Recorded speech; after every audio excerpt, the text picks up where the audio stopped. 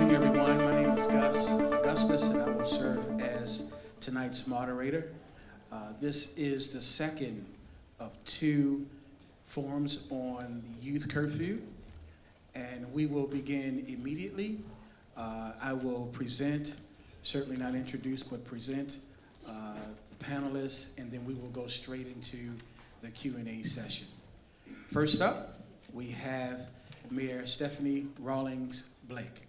Thank you very much, Gus, for being the MC of this event. I want to thank all of the residents for coming out, and I want to thank University of Baltimore School of Law for hosting us this evening. This is a beautiful facility, and I'm certainly grateful that they are, so many of our institutions in the city, of the community, not just in the community, and I'm pleased to be here. I will say that it is my understanding that today is the first day of the July bar exam just concluded today, which has given me bad flashbacks, especially being I mean, it all worked out in the end, but it was tough getting there. I certainly, for any of the students that might be here, or if you know somebody that's taken it, I certainly wish them all the best. I want to thank the lead sponsor of the curfew bill, Councilman Brandon Scott, for his leadership and for his commitment to making sure that it wasn't just a piece of legislation that was passed, but that in its implementation that we get it right. I want to thank Commissioner Batts and his team, many of whom are here, I think, somewhere in the back. Thank you very much. And I want to thank, I saw Chief Ford, our fire chief. Please stand, Chief Ford.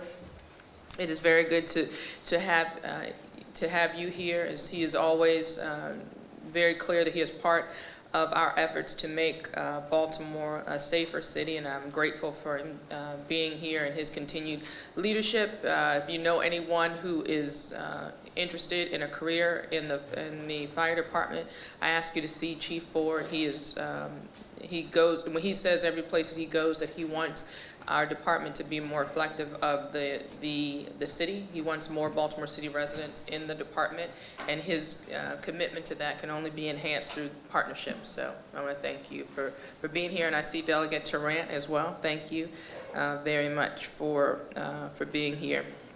So this is an issue that's important to you. It's important to me and the other members of the panel, and it's important to me, yes, as mayor, but also as a mother. It would break my heart, and the councilman, I'm sure, can speak to it as well, when you see, young kids who are out 10 o'clock, 12 o'clock, 1 o'clock, 2 o'clock, kids, 5 years old, 6 years old, out on the street without any responsible adult there for them. And for me, the revised curfew is about connecting those vulnerable children and their families with the resources that they need to be successful. We all, I think, it doesn't matter what neighborhood I go into, people say the same thing. We know it's a problem. We know that there are these kids that are falling through the cracks. And, while vigorous debate is healthy, it's not helping those kids, and I'm focused on helping those young people who are clearly in need. I don't want them to become victims of violent crime, nor do I want them to be perpetrators of violent crime. They need to be connected with the proper city, state, and community resources. So I'm looking forward to the expansion of the Youth Connection Centers into year-round operation. Again, I want to be clear, this is not a law enforcement tactic. It's about taking children out of harm's way. And by expanding this effort during the months when children need to be well rested for school, we'll help to reduce the number of juveniles who are out on the street at night and provide them with the services that they need. And we will help in the long run to make sure that those kids are where they need to be in school. So this, for me, for many, it has devolved into an either-or conversation. Where it's we either invest in rec centers and programs or youth connection centers. we can't afford to do either or. I think we are called upon to do both. Because I'm not 100% sure if anyone is running recreation centers 24 hours a day. We certainly have no history of that in Baltimore. So even if we have more programming, it's not going to address the needs of those kids that are out unsupervised in the middle of the night. We are doing both. Our summer jobs are at capacity. We've placed over 5,600 young people in summer jobs. We just opened a new recreation center in Morrill Park yesterday, and with another new recreation center in Cherry Hill as a part of our plan to rebuild bigger and better community centers that are going to offer our young people and our families the services that the recreational services that they want and deserve. I also recently announced the expansion of the Head Start program across Baltimore, and we will continue to utilize the $1.1 billion investment in school construction that we secured last year to strengthen our neighborhoods across our city. Again, for me, this is not about criminalizing young black children, but rather reaching those children before they find themselves in a situation where the only option left is law enforcement. I want to thank you again for coming out this evening, and I am hopeful that just as we had at Morgan, this will be a very constructive conversation. Thanks again. Thank you, Madam Mayor. Next up, we have City Council Representative Councilman Brandon Scott. Thank you, Gus. Good evening, everyone. Good evening. Okay, this is Baltimore. Let's try it again. Good evening, everyone. Good evening. There we go. Thank you. How you doing, Shorty? I would like to thank everybody for coming out tonight, and I'll be very, very brief. This legislation, for me, something that I always charge myself with, being the new kid and the young guy on the block, is looking at stuff that we have and making it make sense for the world that we live in today. The curfew that we've had since I was 10 years old does not fit the world in 2014. That's why I decided to change it. I wanted to make sense, but also instill some old school Baltimore common sense that is lacking all across the city of Baltimore. So if you look at cities across the country, we are not the first to break out curfew by age. We're definitely not the first to break out curfew by whether the young people are in school or whether they are not. But what is different about Baltimore is that no longer will anyone, and I'll say again, anyone, parent or child, be able to go to jail for a curfew violation. No offense to my predecessors, but I don't know what we were thinking in 1994 when we passed a bill that says, hey, if we catch a kid on the street at 10, 11, 12 o'clock at night, we're going to send you to jail, because that pretty much assures that the kid's going to be back out on the street the next day. That never made any sense. We should have never had that in our city. And being the youngest elected official, it allows me the opportunity to a lot of times speak to these bills and these laws from both sides of the spectrum, because it wasn't that long ago that I was that little black kid running around Park X. It wasn't that long ago that I was those young men out there on the street. So I know firsthand what goes on. But being someone who's always out on the street late night, be it for whatever reason, there's one common thing that we see across the city of Baltimore, and there are young people by themselves. When I grew up, and I grew up again in Park Heights, I would never think to be out at 11 o'clock on a school night, because if I did, I wouldn't be sitting down in school the next day, because my dad would not go for that. We cannot have our young people out there that late if we want them to succeed in life. In the absence of a home or a structure that does not provide that structure for them, it is the duty of government to step in and refer those families now and those children to services that can help them.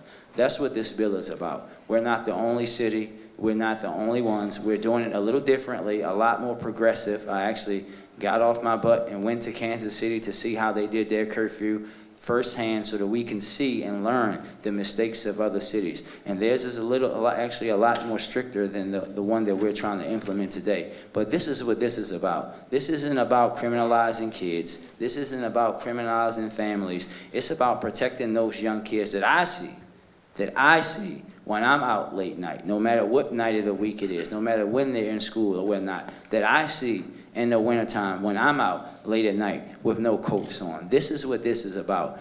everything else that everyone says, yes, we need expanded and better recreation program, and yes, we have to do better with after school, and Lord knows, everyone knows, I think that we need more mentors, and specifically men. So if you're a man in here and you're not mentoring a kid, please see me after so that we can sign you up to be a mentor. We need all of that, but this is also needed because not every child is going to do it. No child is going to walk up to us and say, hey, look, my parent isn't doing X, Y, and Z. It's not going to happen. If you work with children, you know that as soon as you take the kid away from a family member that doesn't do them right, they run back right to them. That's the truth of what happens on the street. That's actually what's happening out there. So we have to have someone intercede, and just know from a council standpoint, we will be holding both the Mayor's Office of Criminal Justice and the Police Department responsible with oversight to make sure that this is being implemented the right way, because this is about our children, this is about the future, and we have to do it in decency and in order. Thank you. Thank you, Councilman Scott. Next up, we have Commissioner Anthony Batts. How you doing? It's good to be here tonight. Thank you for allowing me the opportunity to come back to this wonderful law school. Every time I come here, and I've been here several times, it's a good debate and discourse, which I think is very necessary when you deal with policy and public policy. I think the mayor and I, along with the council and Angela, this is the second, but the mayor and I have been throughout the city, listening to the city on a lot of different levels and just paying attention. And so I am very happy to be here this night. Before I get started, I see in the front row, we have the president of the NAACP, Ms. Tessa Aston. It is Aston, right? Miss Aston, thank you. Yeah. And I was going to introduce her husband, but I remembered he's a Steeler fan, so I'm not going to do that tonight. So next. I knew that would happen. I thank you for coming out, and I thank you for the debate. And to a certain degree, I'm trying to get my hands around being new to Baltimore as a newbie here, and been here going on almost 2 years. But I think you'd be in Baltimore 30 years, and you'll still be a newbie. So I come from Southern parents who from Mississippi and from North Carolina, but I grew up in South Central LA with a lot of dysfunctionality, criminality, a lot of the horrific things that kids see today that they shouldn't, where my innocence was taken away. And the only reason I say that is because my parents were very active in my life. I had friends that could have went left, that went right. I've had friends who've lost their lives. The gang violence that you deal with in the city of Baltimore today started in the neighborhoods I grew up in. That's where they emanated from. I could tell you the exact parks that the people came from, and that's the environment that I came up in. And it wasn't for the fact that I had parents that gave me rules, that gave me structure, that said that I had to be in a house that kept me from going awry. And when it came time for that sun to go down, I better have my posterior in that house. That was the rule in my household. And maybe you guys grew up a little differently, but that's what I had in those rules. And I remember as a kid saying, I don't want to go in a house. Why do I got to go in a house? We're having too much fun. This is a good football game. I don't want to go in a house right now. But yet and still, I had to go into the house. You know, my kids are grown adults now. And the kids that I raised are 31, 27, 24 years old. And at the same time, when I told them they had to go in the house, Dad, why do we got to go in the house? I don't want to go in the house. We're having too much fun. Left up to them, they would have been out all times of the night because they were enjoying. But that same structure that I had was the structure that I provided for my children who are now young adults at this point in time. About 2 or 3 weeks ago, I stay out late at night on the weekends. And I'm out there anywhere from 3 a.m. to 4 a.m. in the morning, making sure that the city settles down, and when the clubs close and people who may be intoxicated leave, and we get them home safely, and we take care and we settle the city down. While I was out there, I had a group of young kids riding their bikes at the age of most likely 11, 12, 13 years old. You know, I don't even think adults need to be out there 3 a.m., 4 a.m. in the morning, but I had 11, 12, 13-year-olds on bicycles. I couldn't believe it. And I said, what are you guys doing out here? We're just riding our bikes. We roll from one part of the city over to the next part of the city. We thought this was fun. Where are your parents? They're at home sleep. Call them. And when the parent answered the phone, I said, do you know where your children are? And I'm not making this story up. This actually happened. And the dad on the other side of the phone said, no, they're supposed to be over so-and-so. And I said, do you want to come pick them up? You know, do you want them out here on the street, on the streets of Baltimore at 3 a.m., 4 a.m. in the morning? And they said no. And the reason I say that is that kids should not be out on the streets of Baltimore at these late hours. They are. That's not a circumstance that I'm just making up. I drive the streets and I see them in different parts of our community out at 1 o'clock, 2 o'clock, and they shouldn't be out there.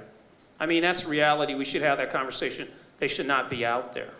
And you have to be honest about that. You know, as I conclude, I've built my career and I've become a police officer because I've wondered, did anybody really care about me when I was growing up in South Central Los Angeles as an 8-year-old little kid who happened to be African American? Did anybody care if I succeeded or whether I became anything or if I was just a number on the streets? And because I had that belief, I've been doing this over 3 decades. This is what I do, and I've done it in multiple cities. And the reason that I do it is because I do care, that I do want to bring hope to communities, that I do want to make a difference. And I've given my life blood. I've bled, I've sweated, I've done everything I possibly could to save kids out here. And if you listen to me, my voice and my message is consistent. Hope, mentoring, and making sure that we become a police organization that is a part of this community, not an occupying army. With this curfew, when I have conversations, I talk about getting kids home safely. I don't talk about locking them up. I don't talk about bringing harm. I don't talk about bringing issues. Getting them back, reconnected to families, getting family support to go the right direction, that's the pace I'm setting as the leader of this police organization. Thank you, Commissioner Batts.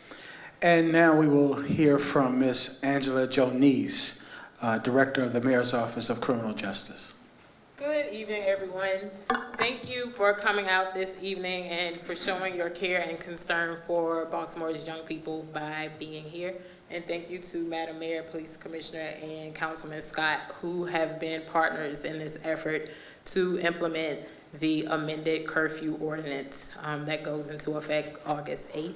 I probably will be the most long-winded of the bunch because I want to give some history on the Mayor's Office on Criminal Justice and our role in implementing the curfew, and also talk through the components of the curfew ordinance and the exceptions that are in place. And then I know there are many questions in the room, and we'll get to those questions, and hopefully through my presentation, some of your questions will be answered. First, I just want to introduce you to the Mayor's Office on Criminal Justice. We were talking in the office today about the alarm that the community probably does feel when you hear that the key people or agencies responsible for curfew implementation are part of the Mayor's Office. That's the Mayor's Office on Criminal Justice in the Baltimore Police Department, when we are constantly saying this is not a law enforcement tactic, that this is about keeping young people safe and keeping young people from harm and connecting them to services and supports when we have the opportunity. And so I just wanted to tell you a little bit about MOCJ. And we're a small city agency, but we operate from a belief that efforts to reduce crime and delinquency, eradicate gang involvement, diminish the drug trade, and address the collateral consequences of system involvement for young people and adults will work only if they are coordinated throughout city government and in collaboration with state and federal officials, faith and community-based partners, and impacted persons, and that we must work to address the root causes of crime. So while we're the Mayor's Office of Criminal Justice, we believe that we are the ultimate collaborator in efforts to provide the residents, both adults and children of Baltimore, a safer, healthier, and stronger community. In terms of history, the Mayor's Office on Criminal Justice has operated what we call the traditional summer curfew center since 2007. So we're not new to curfew implementation and young people. We've been doing this since 2007. And beginning then, MOCJ worked with the police department, school police, student support services, the Maryland Department of Juvenile Services, and the Department of Social Services to identify youth who are in violation of the nighttime curfew, to bring them to a location that for the last couple of years has been at Success Academy on North Avenue, and to connect them with services. But what in fact was happening is that the youth who were being connected were youth who were already under the supervision of the Department of Juvenile Services. So we were seeing that there was a lapse in an opportunity to provide additional support and services for young people. So when discussions were going forth to amend the curfew ordinance, we saw this as an opportunity to enhance what we've already been doing, to make a better connection with youth and families, and use this opportunity to connect children who are coming in contact with the police department and coming in contact with city agencies with additional community supports, whether they're provided by community organizations or provided by city agencies. And from those discussions, we've come up with the concept of youth connection centers. We have not come up with this idea alone, and I think it's very important to list who has come to the table to grow this idea with us. So along with the Mayor's Office on Criminal Justice, advocates have been at the table, community partners have been at the table, the health department has been at the table, the police department, school police, city schools, the Department of Recreation and Parks, East Baltimore Youth and Family Services, a community provider, GLAM, this stands for Girls Leadership, Academics and Mentoring, Family League of Baltimore City, the Juvenile Justice Monitoring Unit, which is a project or an entity of the Attorney General's office, has been involved, the Department of Juvenile Services, the Mayor's Office on Employment Development, the Regeneration Project, the Sheriff's Office, the Youth Commission, and their youth network. Because as I said in the beginning, while we can brainstorm and have ideas, we believe that it's important to hear from young people who are being impacted by this. And so we reached out to the Youth Commission. Some of our Youth Commission members are here tonight, and we asked them to reach out to their youth networks so that we could hear from young people about what the curfew looks like, what the curfew will look like in practice, and what are the services and supports that they need and that they hear their peers need. And so from that, in those conversations, we have worked to develop the Youth Connection Centers into resource centers and places where families and young people can get services to turn youth around if they are going in the wrong direction, but also to strengthen them so that if they're already moving in the right direction, they can continue to go forward. And with that, I lost my place in my notes, but I just wanted to talk a little bit about what the core values of the centers are. And just to emphasize that the Youth Connection Centers are designed to prevent youth victimization and to prevent youth from entering the juvenile justice system. I know that there's been lots of concern and questions about how do we ensure that we don't have hostile relationships with the police? How do we ensure that we're not expanding or increasing contacts with young people, with community members, and with police? And as you've heard and will continue to hear, that is not the intent of this legislation, and we are working diligently and collectively to ensure that that does not happen. My staff is here. We're building databases so that we can track indicators and be responsive to the council, to you as the community, in terms of what curfew implementation looks like. And for those in the room who know me, I'm a youth advocate at heart, and I came from a youth advocacy organization. I was a juvenile defense attorney prior to that. And so if we are locking up more children, I will be the first one to say we're not going in the right direction. And so as a team, that is not our intention, and we are putting the processes in place to ensure that we're having the intended results.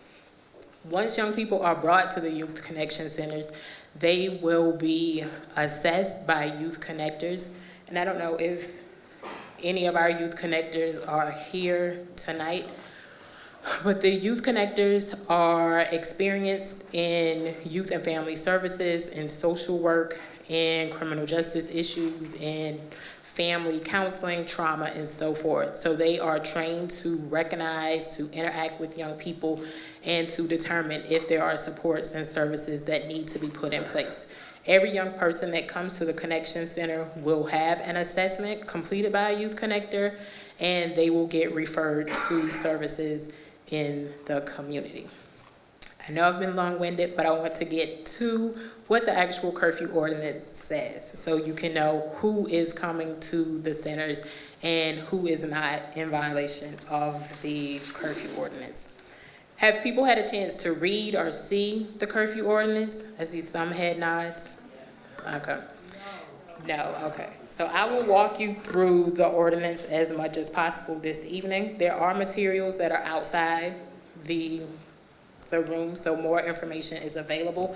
If I don't cover something, we will be here. There's opportunity for questions, and we also have staff here and additional materials. And you may want to note, because I will forget, we have an email address, curfew@Baltimore City.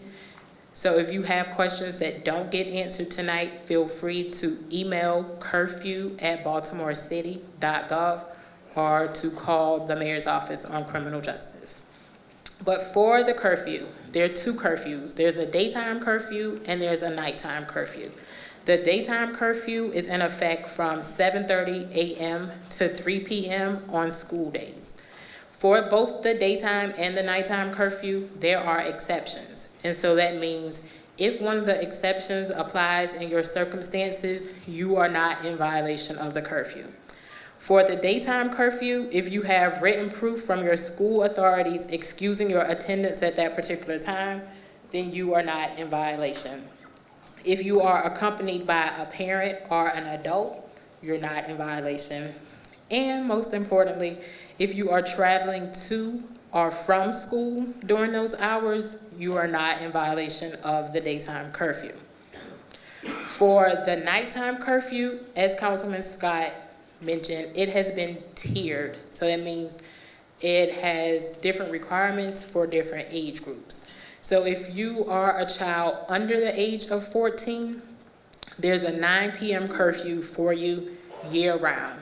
Every day of the year that you are under the age of 14, your curfew is 9 p.m.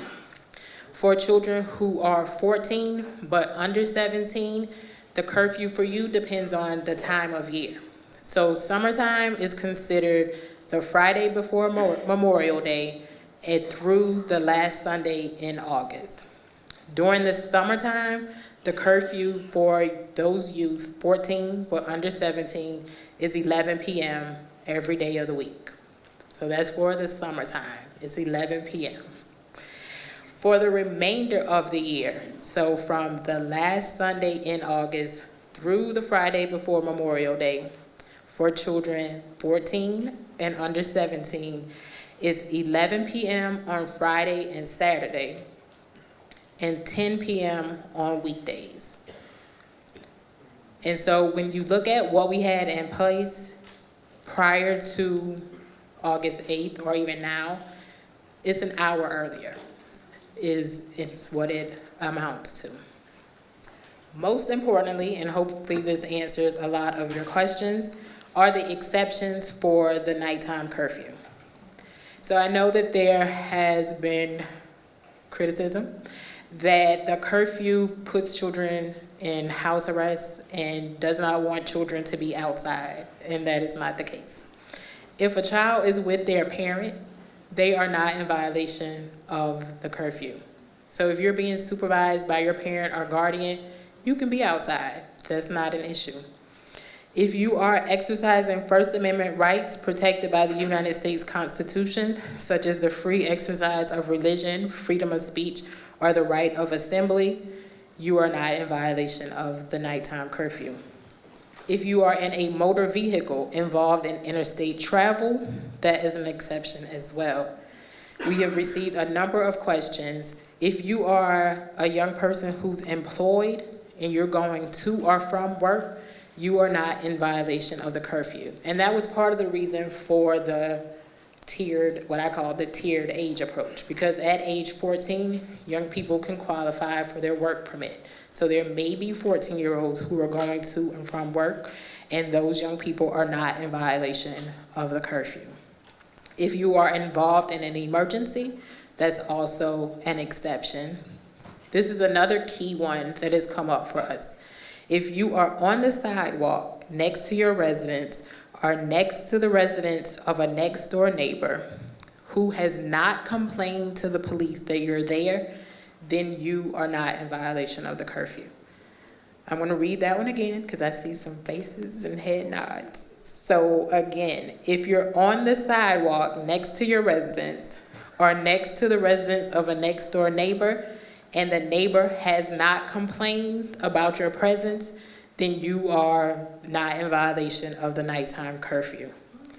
And the last exception is if you are attending without any detour or stop, or going to or from an official school, religious, or other recreational activity supervised by adults and sponsored by the City of Baltimore, a civic organization, or another similar entity that takes responsibility for you, then you are not in violation. I know we've received a number of concerns and questions that recreation and parks would have to stop activities, or community providers would have to stop activities at an earlier hour because the curfew was 9 p.m.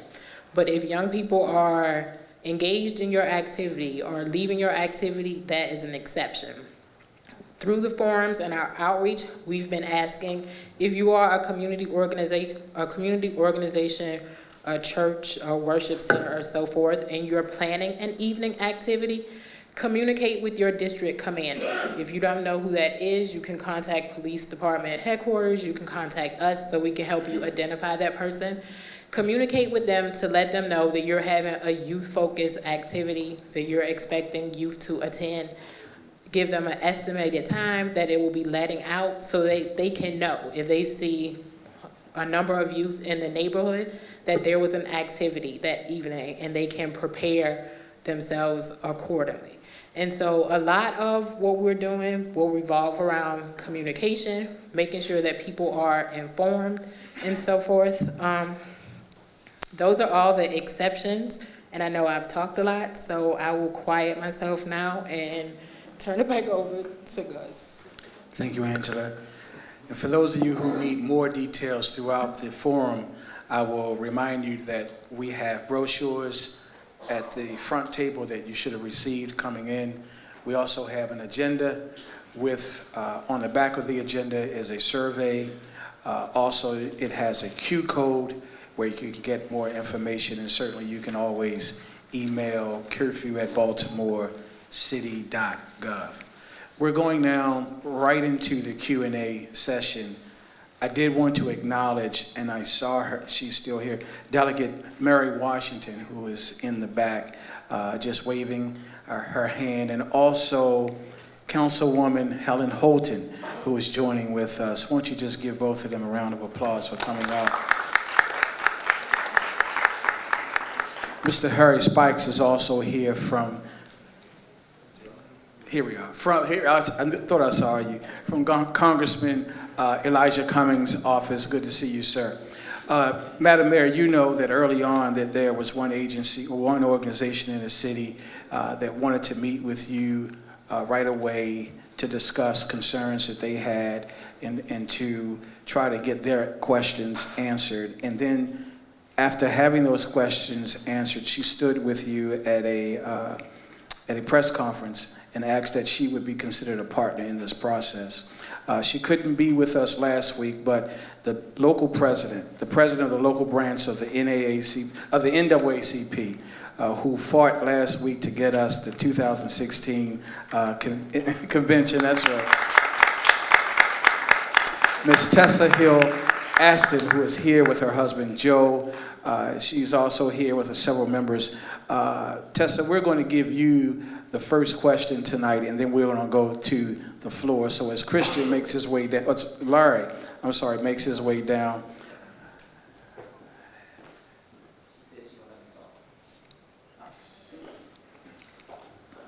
Well, I think most of my questions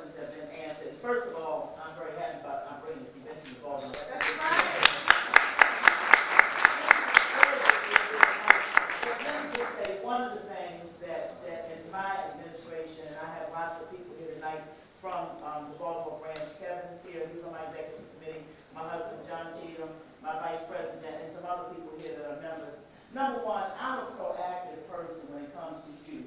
I can talk a little loud. I'm very proactive. I feel very happy that I've had a lot of great opportunities in my life.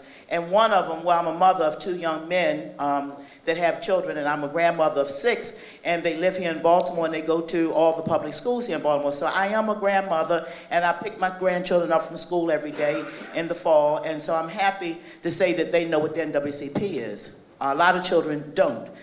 I'm diverting a little bit, but it's important. Because some of the children that we're talking about don't know history.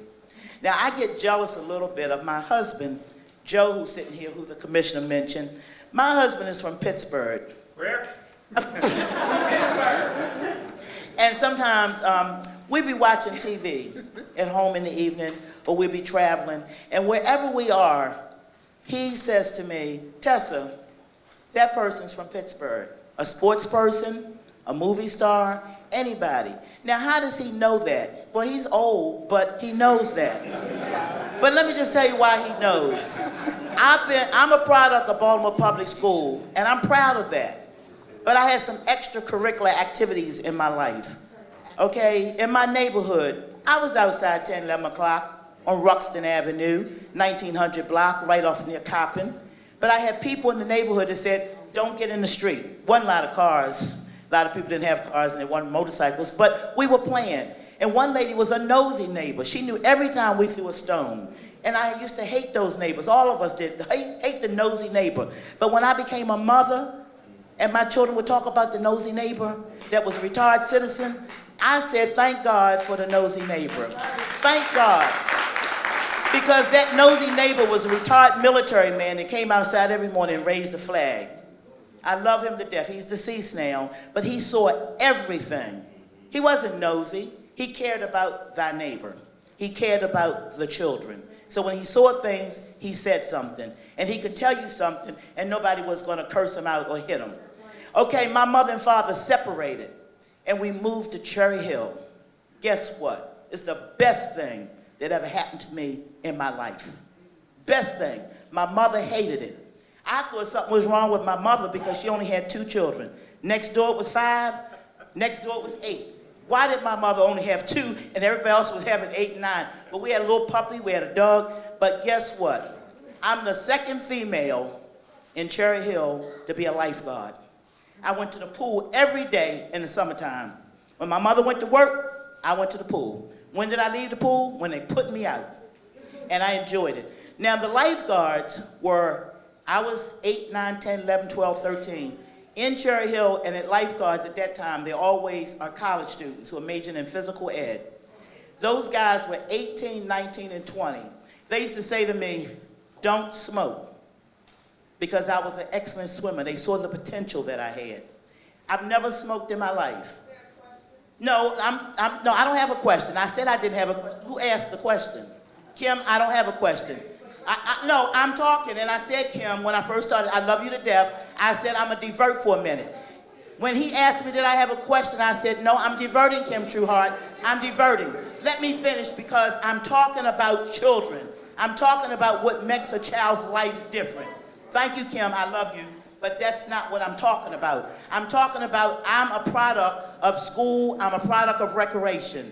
And right now, as the president of NAACP, I see tragedy in my job and in my position as NAACP.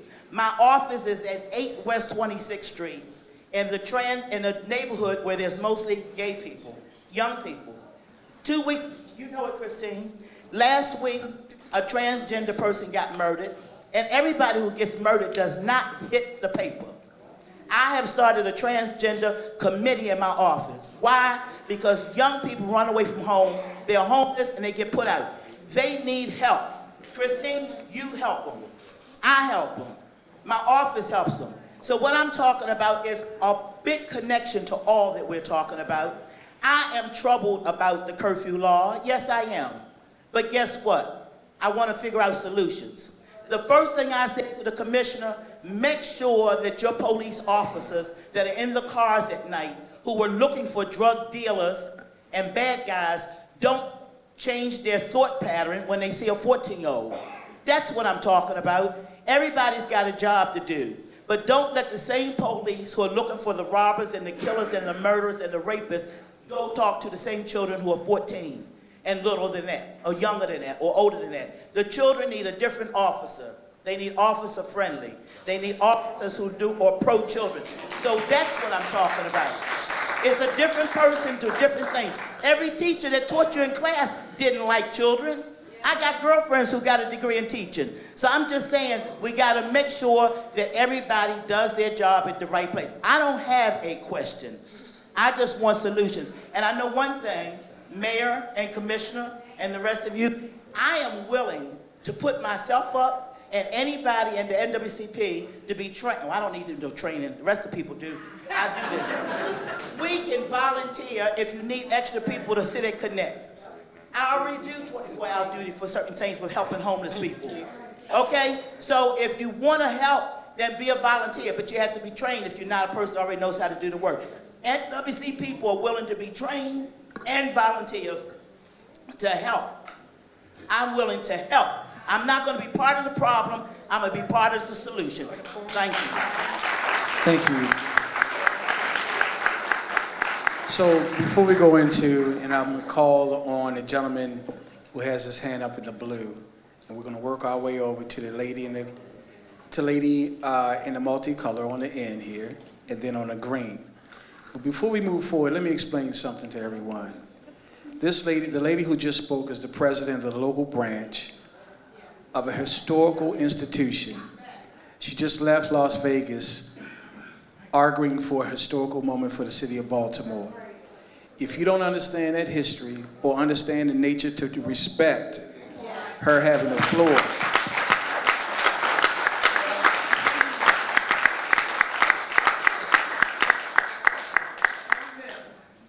then I truly encourage you to do a little soul searching and some history research. Yes, sir. Please give us your name and then your question. All right, my name is Jerome Alexander. I am the youth director for the Greater Baltimore Leadership Association, which is the young professionals division of the Greater Baltimore Urban League. I'm here as an individual, though, and I brought my mentee and my niece because I want them to see how things operate in a legal sense. I had concerns about the curfew. I am for it, but I have concerns as well. And the president actually, President Tessa, yeah, she actually just touched on something that was a major concern with me. When I was in elementary school, I actually did have the officer-friendly program, but as I grew up and I got to high school, the police presence that I had changed. It was a lot more of monitoring to make sure that no one's bringing weapons. No, they were kind of there in a, not necessarily a negative sense, but it was definitely different from when I was in elementary school. And what I was saying is, it seems like there's a lot of development still needed for this curfew before it's actually initiated. It seems like you guys are initiating August 8th, but like you said, you're still working on databases to make sure they're gonna monitor. There's like a lot of stuff that's still being worked on before you actually initiate the curfew. Why isn't there like maybe a little bit of postponement or something? And why are there officer-friendly programs to kind of get these police officers acclimated to dealing with, younger individuals? Yeah, we'll just go down the line. But, I'm sorry.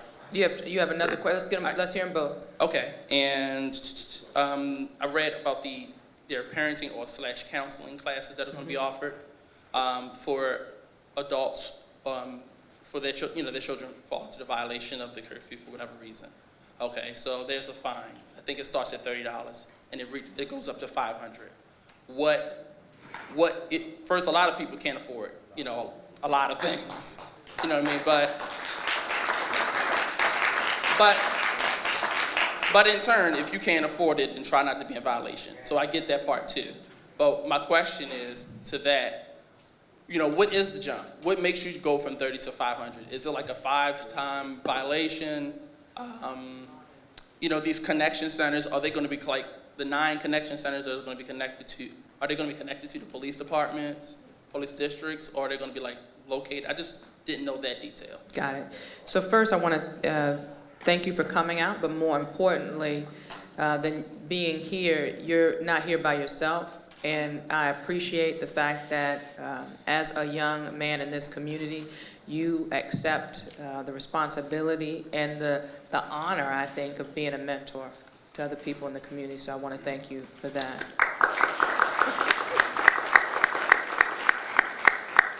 So the curfew isn't new. We've enforced it for years. We've enforced it just during the summer. The changes were relatively few. For younger kids, we made the time earlier, and we instead of using the one center that we were operating during the summer when we enforced a curfew, we're looking to put the centers in the community, starting with 2 and then branching out. We use the districts not because they will be in the police station, but as a geographical reference, because we are expected that the police officers are helping us to enforce the curfew. So the connection centers will be tied to those that geographic space.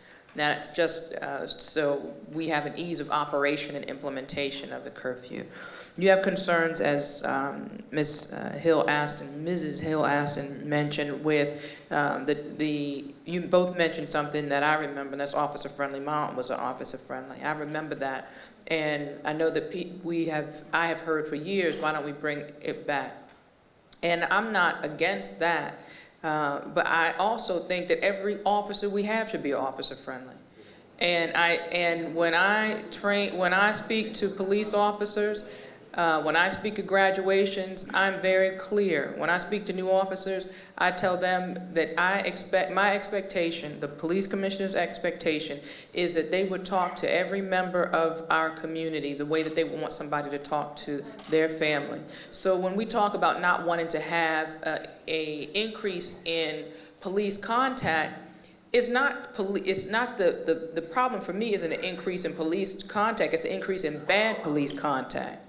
Right? Because I respect and revere anyone who is willing to put their lives on the line for my safety, and to put their lives on the line anytime that they punch a clock to go to work, they are putting their lives at risk.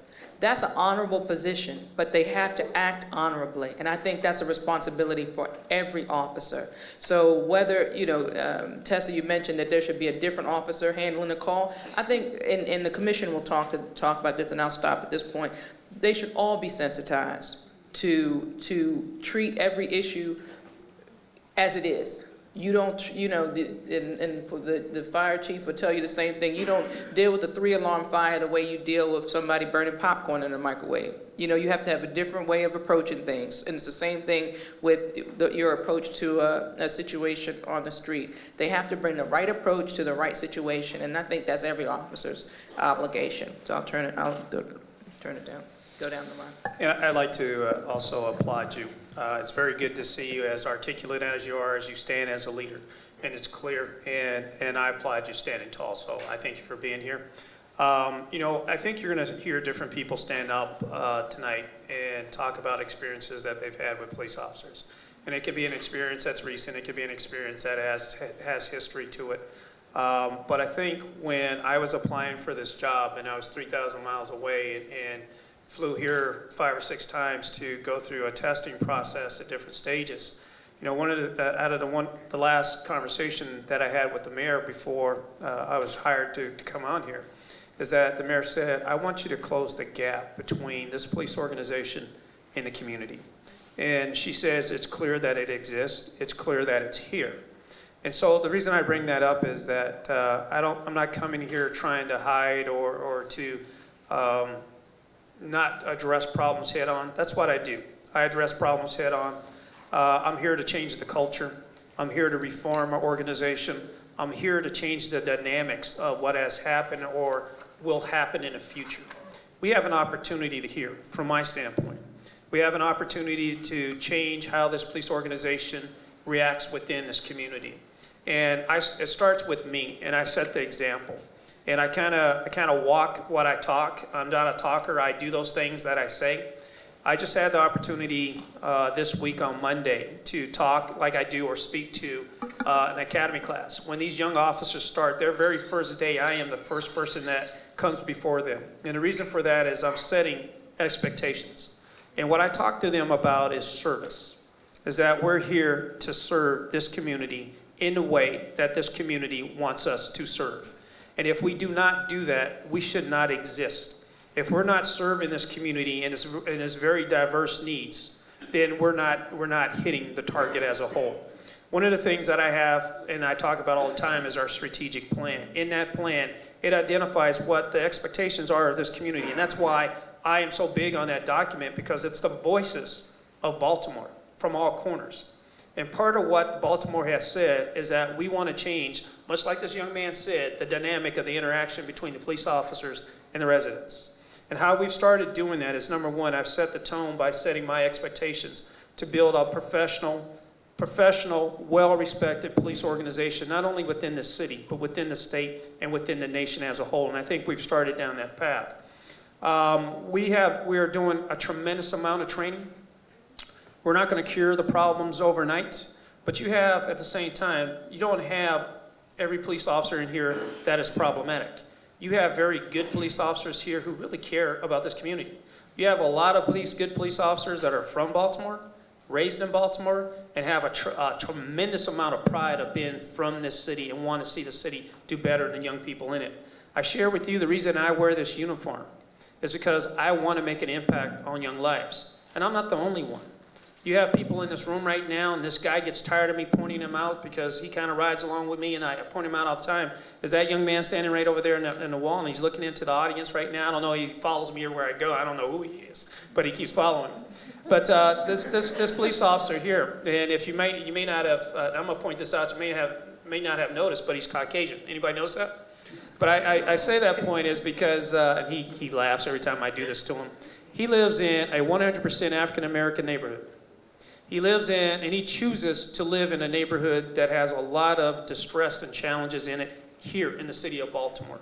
He chooses to do that. He mentors a lot of young kids that don't look like him. He goes to church in that community with people who don't look like him. You don't hear about people like him. You hear about the opposite side. You don't hear about people like me who are driven because I want to make a difference in the young lives here. You hear about the opposite side. There's a guy back there, a little bald head, Ephraim Edwards. Stick your hand up, E. I want you to, that man, you don't hear about him. Because I came up with a concept about a month ago, and I said, I want to put my money where my mouth is. When I go to community events, people are saying, you guys are going to lock us up on curfew. Why don't you guys bring hope instead of bringing the spirit to our community? And I said, let's put our money where our mouth is. I went to him and several other people like him, and I said, I want to build a summer camp, a positive summer camp, to give kids things to do. I want to feed kids who probably don't have a good meal to start off with their day. That's not what we're built to do, but that's what we did. He's part of that club that we started. Somewhere close to 60 to 70 kids that we impacted this summer. We fed them breakfast. We fed them lunch. We spent time with them and gave them activities. The reason I say that, and some people may be rolling their eyes, the reason that I say that is that you don't get to hear the positive a lot of times. Not all these police officers are bad here. The ones that are, I guarantee you, I make it very clear, I have no tolerance for bad police officers. I have no tolerance for corruption. And I will continue to eliminate them from police organizations. And I've done it in organizations before I came here. I've arrested police officers. I've sent police officers to prison. And I make it very clear, and I'm passionate about it. We will turn this organization around. It will continue to change. We will do training like legitimacy training, sensitivity training, neighborhood policing training. We're continuing to do these things. So we are currently working towards changing this organization. I don't know what officer friendly is. I'd like to know better what that is. But I tell you what, I don't know what it is. Sorry, I apologize. But you know what, I tell you, and it may be exactly this. I was impacted by a person who wore a uniform in my neighborhood that didn't like police officers. They didn't like police officers, they didn't respect police officers, but that touching of that one particular police officer that wore that uniform made a difference for me 35 years, more than 35, 40 some odd years later. If that's officer friendly, if people care, if they want to make a difference, like that young man, that are part of this police organization, if that's officer friendly, those are the people that I'm building.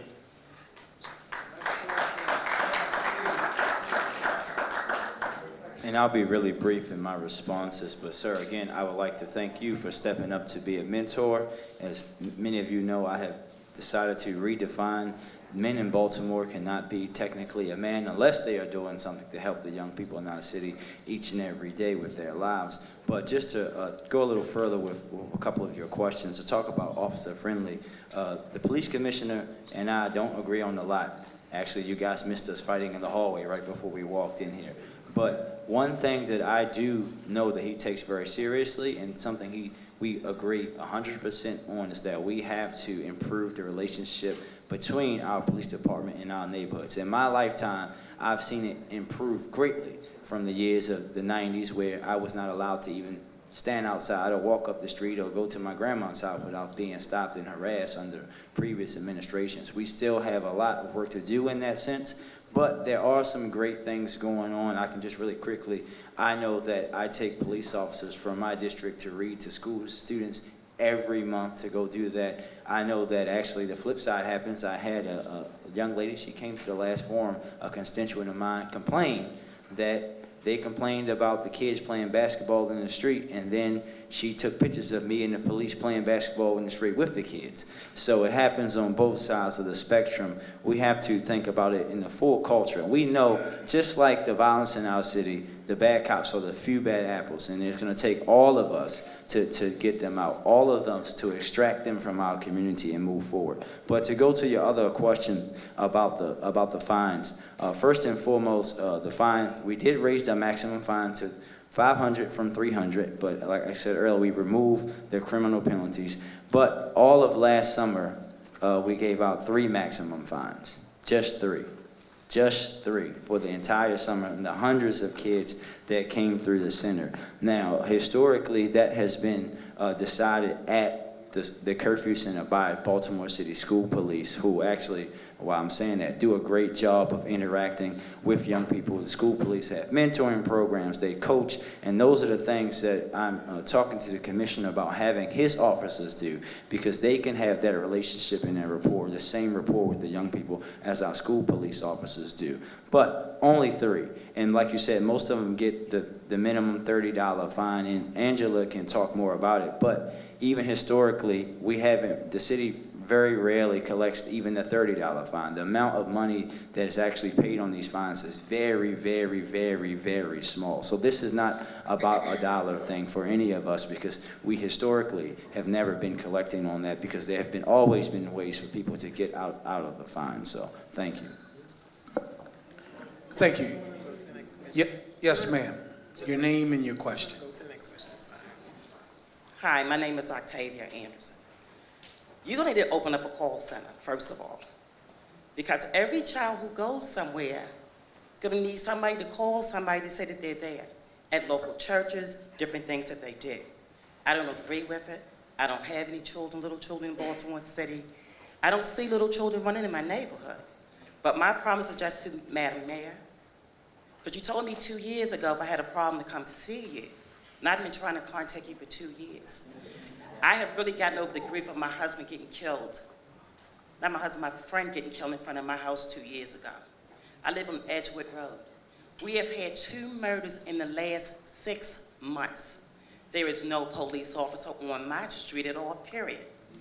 If it happens somewhere else, there would be a cop there protecting the neighborhood. The neighbors are afraid. I should be afraid standing here with you, because some people think that hit was for me. So I really don't know, and I'm asking you, since we got this cop living in a nice neighborhood, my neighborhood is pretty nice, not too far from where your mother live at. Why don't he come sit in my neighborhood, or somebody sit over there to change things, so the children can see that the cops are in their neighborhood, and then they would know how to go to Officer Friendly and tell them what's going on. That's what Officer Friendly is with any cop that was in your neighborhood. And when you saw him, you can go to him and say, I'm having this problem. So what are you going to do to make my life safer? Because my whole family's left Baltimore City. I'm here because I love Baltimore City. But when my daughter graduates Morgan, come December, I'm out of here. Because we the city, I call this city the city that breeds and the city that'll kill you. And people go on about their walk in life every day. A murder had people going about their business. No cops, no nothing. So you're addressing my concerns. I'm here 2 years later to a man I couldn't marry because somebody killed him. And I done got cameras and everything. Thank you. So first of all, it's Ms. Anderson, Agree. correct? I'm not sure who you reached out to into my office, but if you have not gotten a response, I apologize for that. It is not my intention to ignore any concern from the citizens. So before you leave, I will make sure that my team gets your contact information and we follow up. I know that we're here to discuss the youth curfew, and I want to make sure that we give time for that, but I also want you to know that I'm concerned about the issue that you brought up, and it certainly requires an offline conversation because we're here to talk about the youth curfew, and I'll make sure that that conversation happens. And again, I apologize that there was a delay in getting back to you. Yeah, Yes, ma'am. Oh, I'm sorry. I have to say, along with the mayor, I am sorry for your loss. Jeremy Silbert, who's coming down that alleyway right now, is going to talk to you. We will have someone out there in your neighborhood, and we will follow up. He's over your left shoulder. Yes, ma'am. Your name and your question, then we're going to the gentleman in the purple in the next row. I'm going from your right to left, and then we're going back. That's what we're trying to do. Yes, ma'am. I have a two-part question. My name is Aziz Musteri. The first part is, could a young person refuse to go when an officer stops them? And if the young person cannot refuse, what happens? And then the second part of the question is, I know there's plans for the centers to be year-round. Where will a young person be taken by police when those centers are closed? Thank you.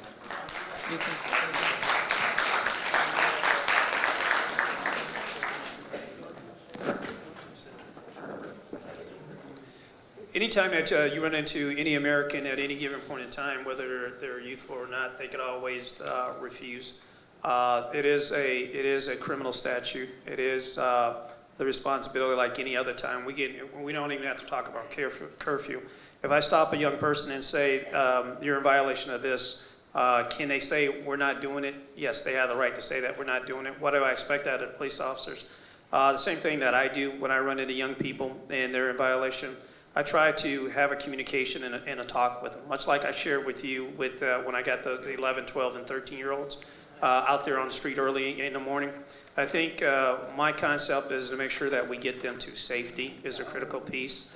I also shared with you that I went through, and we're having this conversation within the organization. I asked the young people, do you have a cell phone? Can we call your parents? If they didn't have a cell phone, I would have asked for the number. I would have called the parents myself. I want to track these young people. I don't want to get into some unruly battle out there on the streets. I'm telling officers, don't get into some dramatic foot pursuit, going over fences for a child who's in violation of curfew. We're going to do everything that we possibly can to make this a positive interaction. My understanding is that, and there again, like the mayor said, this city's been doing this for 20 years. This is not something that is new that we're starting. This is 20 years of doing the same thing. The time has changed. And at the same time, if you go to a curfew center, as I believe it, and I asked Angela to kind of cover this, if they don't want to stay, can we make them stay? No, they can walk right out the door. I'm sorry. We have, yes, ma'am. Just before we go to the next question, in terms of what happens when the centers are not open, as Commissioner Batts has said, we have been implementing curfew for 20 years now. When the centers are not open, the police have the option to contact the parent or guardian on the spot. Parents or guardians can come to the location and take custody of the child, or police can transport them home if they can make contact with the parents and take them to their homes. For young people where an adult, a parent, or guardian cannot be contacted, Historically, we've made referrals to the Department of Social Services or Child Protective Services. And so if no adult can be located to take custody of the child, those are the options that are available. And I'll just say, and we'll go to the next question. You know, I think for me it's important to recognize that just because a child thinks they're grown doesn't mean they're grown. And you can't, we don't treat a child, we do not treat, if a youth offender is out on the street at 1 o'clock and does something, we treat them differently than an adult. So if you ask an adult whether they want to stay or go, that's a different conversation than what you have with a child. A child does not have a mature mind. A child does not have a fully developed brain. So my child is 10. She tells me what she wants to do all the time and what she doesn't want to do all the time. I'm her mother, and I'm a responsible adult, and I don't care. Because I know that I'm looking out for her best interest and making sure that she is safe. And that is what we have a responsibility to do as adults in this community. And I'll be daggone if we're going to start listening to a child telling us what they want. Well, that's what we're here for, to protect them. Thank you, Madam Mayor. I just would ask that as the panelists are being respectful of those who ask their question, that those who are not at a mic, that you will be respectful for those who respond to the question.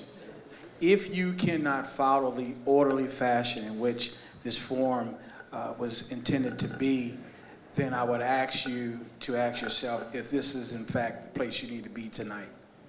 There are people here who want answers to questions. There are folks who have concerns, issues, but there is a way in which you can have your issue addressed. Yes, sir. Your name and your question. Thank you for your patience. Good evening to the panel.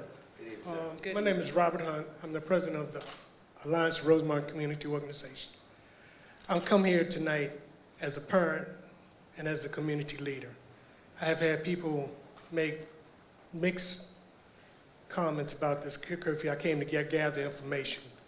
And there's some things been answered, but there's questions that I come from a community that 2 of the 3 rec centers are closed. So I'm having problems with the issue of relationship with the children in the community. They have nothing to do. So I'm just here trying to gather information and also to make the point of that we have problems with the issue. I'm looking at this curfew thing, and I'm not quite gathering the whole concept versus closing the rec centers in the area. But I also like to thank the commissioner for keeping his word. He sent the fun wagon to one of the closed rec centers, which helped relieve some of the stress. So thank you, Commissioner. Mr. Hunt, I want to thank you for coming and thank you for being a great activist in your community. And as I said in my opening, it's not about either or. Yesterday, I was in Southwest. We opened the first recreation center built from the ground up in almost a decade. We have another one planned for Cherry Hill and more on the way. It's not a matter of either or. We have to do both, and we're doing both. We are planning for more recreation centers throughout the city. That plan is in place. That does not stop a child from falling through the cracks at 1 o'clock in the morning. So we have to do both. We cannot ignore the problem. I hear it all the time. I hear it from people on the street. I was somewhere, a car ran the light, a police officer was right there and didn't do anything. I looked out my window, the drug dealers are selling drugs. I know the police are down the street, they didn't do anything. But when a police officer sees a child, they're supposed to look the other way. We can't expect for them to care about, the drug deal or somebody else that is putting either themselves or they're putting themselves or others in harm's way. And yet when they see a child who is unaccompanied, I'm not talking about the people that are out there, with their parent or with a guardian. If you are out there vulnerable by yourself, they should not look the other way. And somebody has to say that that's not acceptable. And connect that child and their family to the resources they need is common sense. And thank you, Madam Mayor. I would just like to add, Mr. Hunt, again, thank you for what you do for your neighborhood.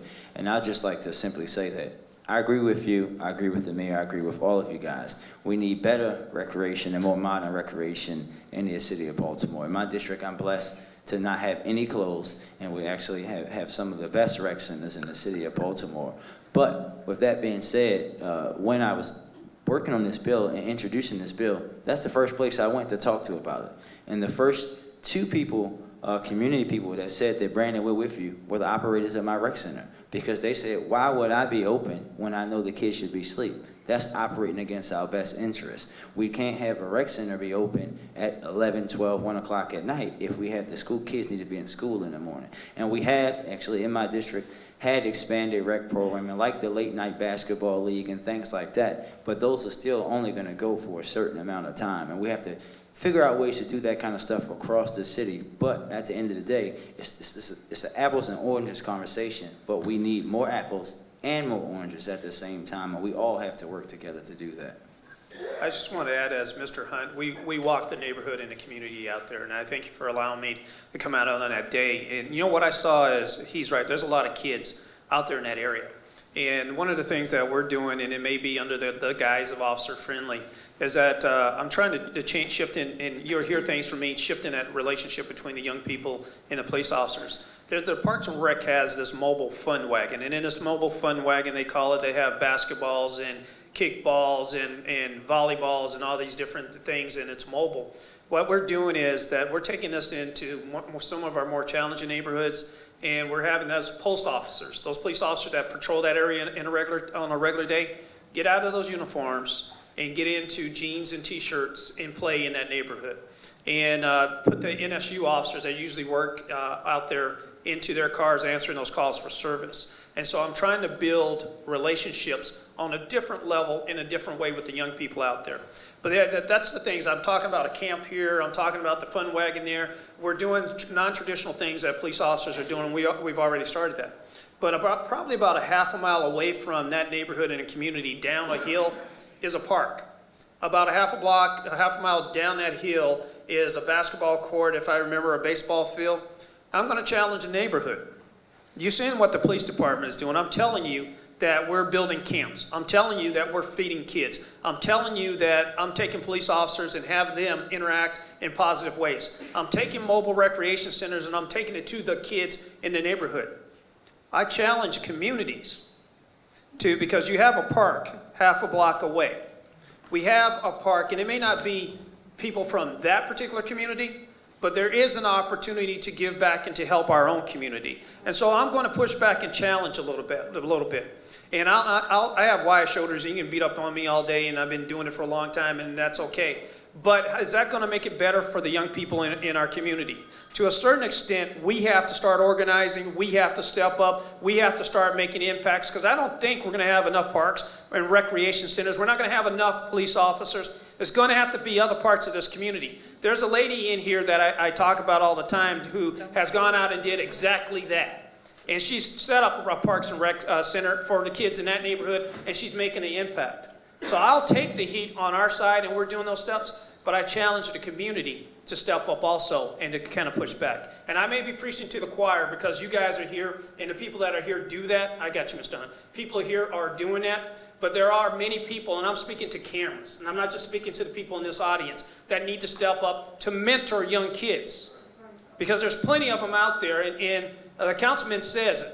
The president is saying it. Everybody is saying that we're going to have to step up, people outside the government, to save these children. And that's a challenge that I put to the community too. I'm sorry. Thank you, sir. And just for the hands that are up, let me explain it for those of you who may have come in late. We started with the front row with Ms. Tessa Hill Aston. We went to this section, middle section, that section. We're going back around. I have notes. There's a gentleman here in a black blazer and glasses who had his hand up. I'm coming to you, sir, just in a second. There's a gentleman in an Argyle sweater who had his hand up. I'm coming to you, sir. And then I'll come back over to the front row. Right now I'm going to hear from Larry. Right now I'm going to hear from Ms. Pam Curtis Massey, was one of the first people here. Had her hand up before Tessa, but I wanted to respect Tessa that she came. I wasn't sure if Tessa could stay. Yes, ma'am, Ms. Curtis.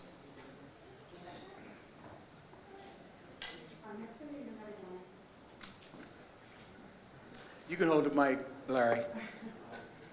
Yes, good evening, everyone. My name is Pamela Curtis Massey, founder and owner of Pushing the Vision Outreach. And it's so easy for us to be misinformed and point fingers. And growing up, I'm 30 years old. I'm a wife. I'm a mother of 2 boys, Xavier and Malachi. I'm sorry, you guys, I'm back against you. But what I learned to do is stop complaining and start finding solutions.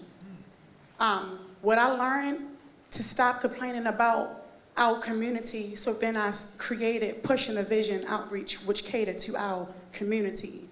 I stopped complaining about my youth, and I went out knocking on high school doors and said, give me your roughest youth, I want them.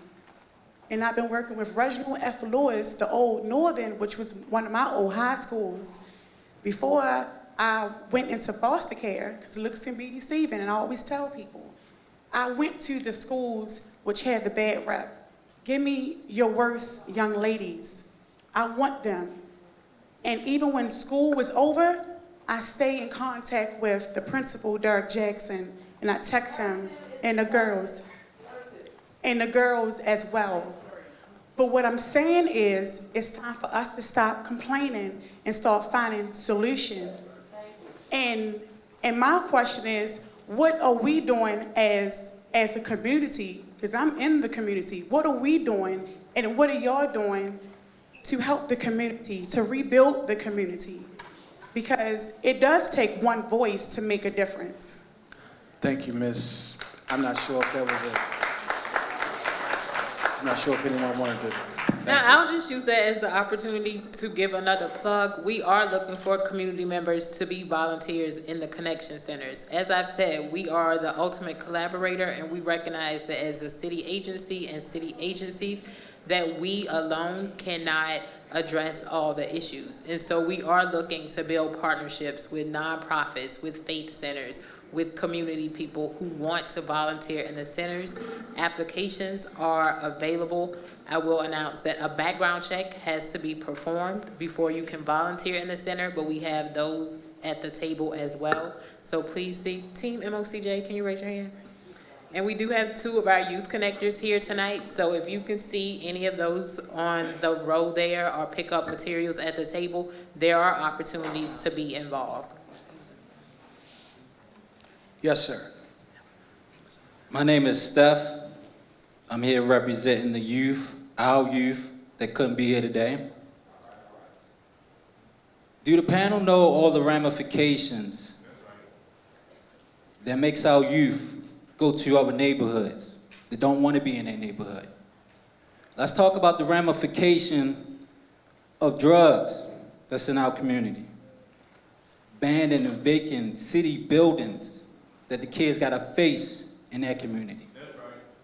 Let's talk about the police brutality that's in these kids' community. These kids was born in these communities. They didn't ask for it to be in that community.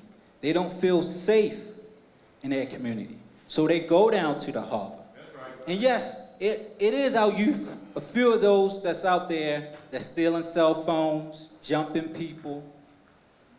That is a problem. But that's not the root of the problem. To talk about any problem, you got to talk about the root of the problem. Our youth out here are a ticking time bomb. They're very explosive. And not to pay attention to what ticks to create the bomb that makes the bomb go off is a crime in itself. That's right. That's right. So y'all so busy focusing on the explosive of a child, but not focusing on what makes a child ticks, what makes a child goes off. So now, this is like the old Capital One commercial. What's in your wallet when it comes to the parents that's working 2 jobs? Some of them is unemployed. It's hard for them. These children come from low-income communities. These children have low-income wages parents. They get low-income pay. They live in low-income housing. So when you come at the people of youth, you gotta ask yourself, who are their parents? Where their parents at? Their parents are busting their butts, taking care of Joe, Tammy. Little Mike got away, but little Mike is born in that chaos. So the parents, I feel so bad for the parents out here that doing all they can, because the parents are sick and tired of being sick and tired and can't afford to be sick anymore. But now they gotta prepare to leave a job that they barely holding on to come down to the precinct or the detention center where their kids at. These same parents should stand up and have their own citation of $500 of allowing the Baltimore City vacant buildings in their community. We should put that citation to you guys, to the state of Maryland, allowing liquor stores in our community. We're gonna find y'all a citation for that. Allowing police All right, brutality. Mr. Steph, for the sake of time. A citation for that as well. So did you have? I would say, first, thank you for coming and participating. I would also say that if I were to accept your premise, then I would accept that poor children and children whose parents have difficulty do not deserve to be cared for. And I don't believe that. I believe that whether you have a parent that has a job or a parent that doesn't, once you decide to be a parent, you are a parent 24 hours a day. And because you have difficulty, you cannot cast off your responsibility because it's hard. If you're not there to watch your child in the middle of the night, then somebody needs to. Because our children deserve, whether they are rich or poor, our children deserve to be loved and cared for. And that is what this is about. Thank you. Councilman. Thank you, sir. Steph, I want to thank you. Go ahead. Watch your language. Well, it's okay, because he's on his way out. Yes, sir, It's Councilman. actually fine. Thank you, Brother Steph, for your comments. I would like to just say a few things. First, while we all know about the situations that a lot of our young people are born and live in, I was born in one of them. I'm quite sure that you were. We all were born in one of them. I would like to say that historically, statistically, most kids that come into the curfew center that we have today come from the Northeast Police District, where there are the fewest amount of vacant homes in the city. So that's historically where they come from. But also I would like to say to your other point that if we just accept if a parent is working late at night and because that parent is working late at night, then that kid can just run the street. We're actually working against what the parent is trying to do. The parent is trying to work so that kid can be fed, be ready, be clothed to go to school the next day, so that they can be a productive citizen at night, in their life. If we just allow them to run out on those streets, then we are saying, okay, yeah, mom, go ahead and work, do everything you can do, go ahead and work, but it doesn't matter because we're gonna let your kid run free on the street. We can't do that. We have to step in. But also, I would like to say, excuse me, I don't interrupt you guys, don't interrupt me. Thank you. Thank you. And just, I didn't cut this question off. Okay, I wanna excuse finish me, I'm answering sorry. this question. Councilman, Yeah. I'm I not wanna cutting finish you off. Speaking to the brother. I'm not cutting you off. I'm gonna let you I'm gonna let you finish, sir. Yes, I'm sir. not cutting you off. But those of you who cannot be patient and allow the councilman to respond, or any of the panelists, or allow someone to ask a question without talking, I'm gonna ask you to leave. So you can clap for yourself, That's right. Those of you who put your hands together, you can clap because we're going to ask disorderly folks to leave. It is 8:40. I have 8:42. A gentleman did ask a question, and he asked several questions several times. He asked the same question several times. And for the sake of time, I wanted to make sure that his questions were being answered and that someone else had a question that they could raise. The gentleman in the Argyle sweater, after the panelists are finished, you're next, sir. I'm sorry. Go ahead, Councilman. Thank you for the question. And just to add, I guess with the question, I heard a reference to the Inner Harbor. And I know that in the questions that we have received, that has been a question. Is the curfew about the Inner Harbor? And in the information that my office collects and has collected since 2007 about curfew implementation, it shows that curfew implementation and curfew violations have come from all 9 districts. So it's applied across the city. It is not about the Central District and the Inner Harbor. And also, I'll ask my team, as we look at information that we are collecting, I would hope, let's add and ask parents, are they leaving a job to pick their child up from the Connection Center? Because I think that's an area, and not to discount parents who are working overnight shifts, but in my one summer of experience with the Summer Curfew Center, we did not have parents who were leaving jobs to come pick up their children from the curfew center between 12 a.m. and 6 a.m. We were not having parents coming in saying, I have to leave my employment and this is interrupting our livelihood to pick up a child from the curfew center. And so I know that we often go to that place, that we are interrupting parents and employment opportunities, but I don't think that's factual. And so as we proceed with curfew implementation, we will collect that information so that if we have the opportunity to come back or that question arises, we can know if that is in fact what is happening. Okay, yes, sir. My name is Wayne Young, and I'm representing the Baltimore Youth. I have 3 questions. My first question is, could you move that down a little bit, please? My first question is, Officer Bates, if I may, you mentioned the word custody a lot. So when these police officers refrain or obtain these youths, do they have access to their rights, like search and seizure and things like that? Do they have access to those rights? Ask all 3 questions.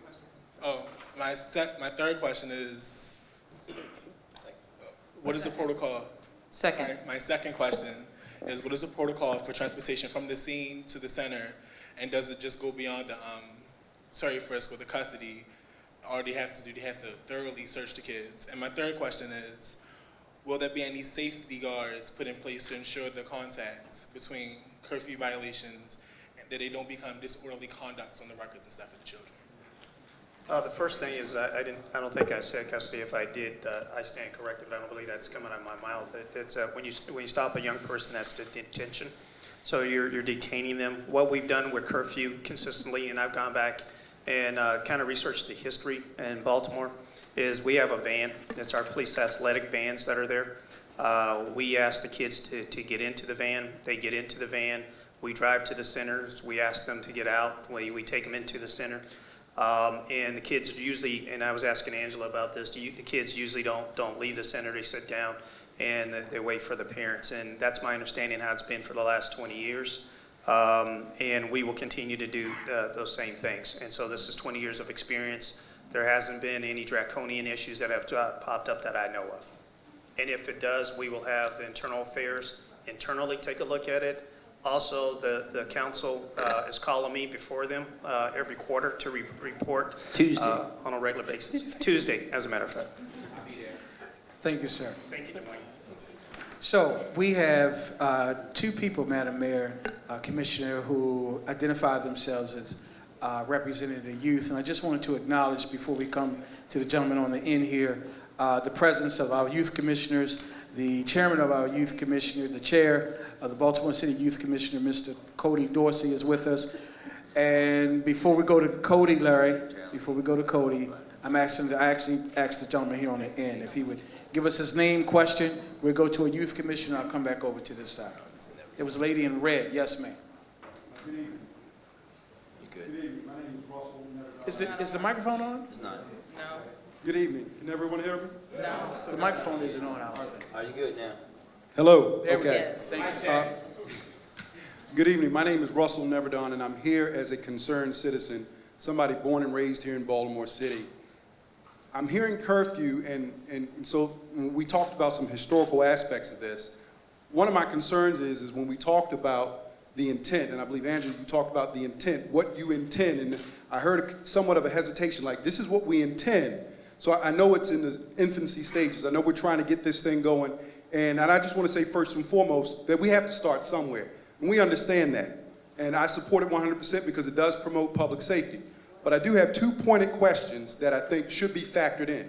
One, in understanding the intent of this surrounding itself around curfew and it affecting children, what strategies do you have in place specifically for the families, be they functional or dysfunctional, which is where these children come from? Because that's what puts them out in the street in the first place. If there's dysfunctionalism there, what services are you having for the parents who are, as the young man talked about, who are struggling with multiple children and doing the very best they can?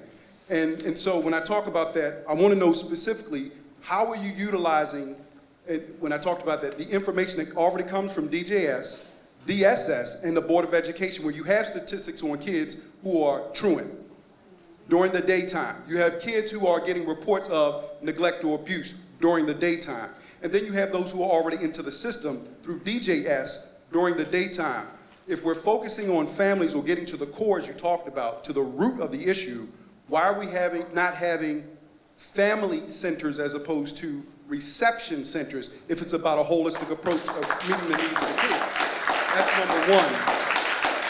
Number two is, for the commissioner specifically, and I've met with the commissioner on several occasions, and I believe that he definitely is genuine and sincere in trying to make some changes in this department. However, we do have a history of problems in Baltimore City when it comes to trust between law enforcement and the citizens. So, with that being said, specifically, what specific training do the officers get in dealing with this particular interaction with our youth? And two, second part to that is when does the training begin, and will it be a part of every incoming cadet or trained new recruit class that comes in, that's another segment added into a part of that regiment, that this is how you have to interact? I don't like the term engage. As I said, from prior military, I think of that as conflict. What strategy will you have with partnering or involving yourself or interacting with our youth so that we can make sure we avoid situations of kids running away, the kinds of disorderly conducts, or them resisting to the point that it goes out of the realm of their protection, that they end up becoming into the system anyway? All right, thank you, sir. And it is 8:50, everyone. I just want to keep our minds on time, keeping a concise response. I'm just going to touch on the assessment that happens once the young person arrives at the center. So once our youth connectors have assessed the young people using an assessment tool that speaks to what the needs of the child and the family are, we are aiming to make referrals to services that include medical care, housing, case management, mental health therapy, substance abuse, trauma and grief counseling, educational support, tutoring, mentoring, sports leagues and recreation, career guidance and planning. And if other needs arise, then we will work with young people and families to make the necessary referrals. To address a previous question about costs for services and the fines, our goal is to ensure that the services are minimal to no cost. We are not trying to make families come out their pockets for services. And so we are aiming to have and locate services and work with families to locate services that are free to no cost. And along with the fine that is in place, once a family completes a family strengthening or a counseling session, any fee or fine or citation that has been put in place is waived. And I know I'm adding a lot together because we're short on time, but with regard to the fee and fines, those are given in instances of repeat violations. And one thing we have not said tonight this far, we don't see a lot of repeat violations. Councilman Scott mentioned that 3 citations were given last summer, and that's because those were 3 young people who were repeat curfew violators. Once young people come through the center, we don't see them coming back through over and over again. And I know the commissioner touched on young people leaving the center. Once young people are in the centers, we are trying to have an engaging environment where they want to stay with us. We want to offer recreation, and we are in 2 recreation centers, and so we will have recreation staff on site, and we will be able to have recreation activities. We've had organizations come to us and say they want to volunteer to offer computer services and technology training. We've had city agencies donate equipment so we can have TVs and DVD players and so forth, technology on site, so that there's opportunities to show movies and documentaries. There's gaming equipment on site, and so we're looking for this to be a positive interaction with young people and family, and our commitment is to work with young people and their families to identify their needs and make the necessary referrals and to follow up when needed, so that we're just not pushing them out to contact agencies and they're getting no response. And if I could add, we didn't just start training. Part of what I was sharing with you before is that we've been training the 2 years that I've been here. We've been put in online, and then it does start with every recruit, and it's not only the recruits. It starts at my command staff at the top and works its way all the way down, so that people who are given the direction understand it. Some of the things that we're doing specifically for this, and then I'll recover some of the other things that I share, is that we have concluded a CD, first of all, that we're putting out to all our roll calls, all our employees. Councilman Brandon Scott's going to be the star and the headliner of that as we go through that. We're talking about some of the technical pieces. We're educating, we're role-playing, we're teaching them, and we're getting that online. We're going to, myself and my command staff are going to roll calls to have conversations, set expectations, so they hear from me what I expect. The same thing that I say here is the same things I'm saying in front of to the troops, so I set that expectation. We're also having a PowerPoint from the solicitor's office to go along and talk about some of the final legalistic issues and to answer any questions dealing with that. And you know what we are, and also we have I guess for lack of a better term, a cheat sheet that we're having 3x5 cards that are made up that go in the pockets of the officers that outline exactly how they're supposed to conduct themselves in the purpose of this as a whole. So we're going with a 5-pronged process. But our training started when I walked in the door. I'm redoing the entire policies of this organization to be in line with the expectations of this community. Many of the things that I've said here are the things that we're building policy on, and training is based off of policy. I invite those entities that may not be always on the same side as the police department to be part of that. I work with the NAACP. I work with the ACLU when they'll come to the table, if you're here. I work with activists who are in the community. Some who stand up in the middle of our conversations, Dwayne, but I work with everybody. We set up, Dwayne, we're teaching our officers how to de-escalate situations, to back off. And so that you don't have to move forward all the time, that you don't have to be overly assertive. We're teaching legitimacy training, and what that means, and that's a fancy word that says, you can go and say that our crime rate is down, whatever that number is, but if you don't make the community any better, after that, then you're wasting your time. And so we're trying to build an organization that understands that we have to go beyond just the numbers. We have mental illness training that all officers have to go through, and how you deal with the mentally ill, and to get them the services. We're going through sensitivity training to address officers to understand what it's like to grow in this community. Like the young man, I had a visceral response as he stood up and said, you know, parents working multiple jobs and kids out on the street, and that's okay, because that was my life. That's what I grew up. My mom worked 3 or 4 jobs, and we didn't have food on the table all the time. So I understand that because I came from that. So I have a visceral response. But I also see these kids dying on these streets. I see these kids, I touch it, I feel it, it's a part of my world, and has been for many years. And the reality here is that most of these young kids, they were not born that way. They didn't become the drug dealer who's out there on that street. They started over here as a good little kid. Where did they go wrong? Where did they make that wrong turn? And I think part of our conversation needs, and that's the point that I do agree with this young man, where did that turn take place? And when we identify where that turn takes place, was it the kid out on the street late at night that didn't have attention, that started to connect with other people of his ilk because he didn't get that attention and they may be going the wrong direction that led him to that place? That's a conversation that I do agree with. Parents working full-time, that was my community, that was my neighborhood. I'm sorry. Thank you, sir. I have 8:57, Cody, since you stood up, and I recognize the Youth Commission. I'm going to ask that you ask your question on behalf of the Youth Commission. Just give us your name. Thank you so much, Gus. Like Gus said, I'm Cody Dorsey. I'm the chair of the city's Youth Commission, and I want to publicly say that the Youth Commission supports the curfew. And we support the curfew because the reality of it is we have kids who are committing crimes on the streets of Baltimore. We have our young people who are dying on the streets of Baltimore. I don't want us to forget that. I don't want us to forget that it's 5- and 6-year-olds in the liquor stores at 12 a.m. I don't want us to forget that. I don't want us to forget that. But I want us to also